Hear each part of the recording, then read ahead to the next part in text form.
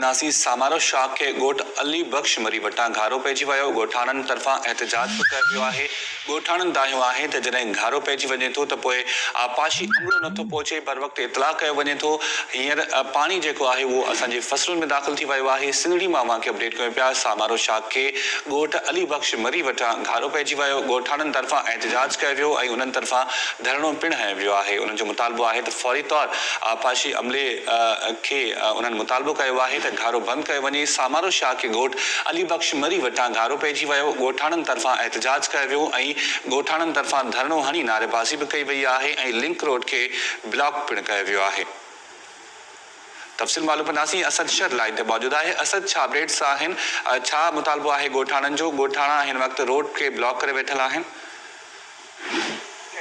ॿुधाईंदो हलां त हीअ सामारो शाख जेका आहे उहा टिपरोवाल मां निकिरे थी। उन सामारो शाख खे जेको आहे सो ॻोठ अली बख्श मरी वटां गुज़िरियल राति खां जेको आहे सो घारो पियो आहे, जंहिं सां ॻोठ अली बख्श मरी ऐं पांदी मरीअ में पाणी अची वियो आहे। उनजे करे जेको आहे सो उतां जे रवाबितनि इहो एहतजाजी मुज़ाहिरो कंदे टिपरो मीरपुर खां रोड ब्लॉक करे सामारे ते धरणो आयो आहे।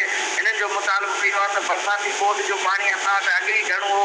पथर खां जेको आहे पेरूमल खां सामारो शाख में वधीक पाणी जेको आहे छंड करे निकाल कयो पियो वञे, जंहिंजे करे जेको आहे हिते घारा पवंदा। घारनि जे करे जेको आहे असांजा घर ॿुॾी रहिया आहिनि, असांजा ॿार लुड़ी रहिया आहिनि, मगर आपाशी अमलो या को बि अमलदार असां वटि इंतिज़ामिया न आहे पहुती।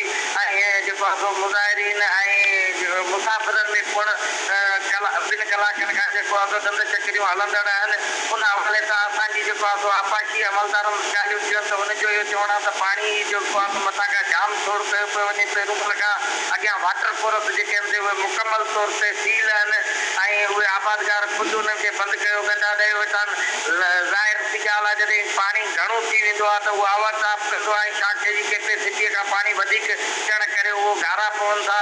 इन जे करे जेको आहे सो पाणी बरसाती पाणी आहे उनखे घटि न मिलंदो त उहो नुक़सानु कंदो। ठीकु आहे, वरी महिरबानी असद शहर अपडेट करण जे लाइ। सिंधड़ी मां नाज़रीन मांखे अपडेट कयूं पिया। सामारो शाह के ॻोठ अली बख्श मरी वटां घारो पइजी वियो ऐं ॻोठाणनि तरफ़ां एहतजाज कयो वियो आहे। ॻोठाणनि जो इहो मुतालबो आहे त फौरी तौर घारो बंदि कयो वञे।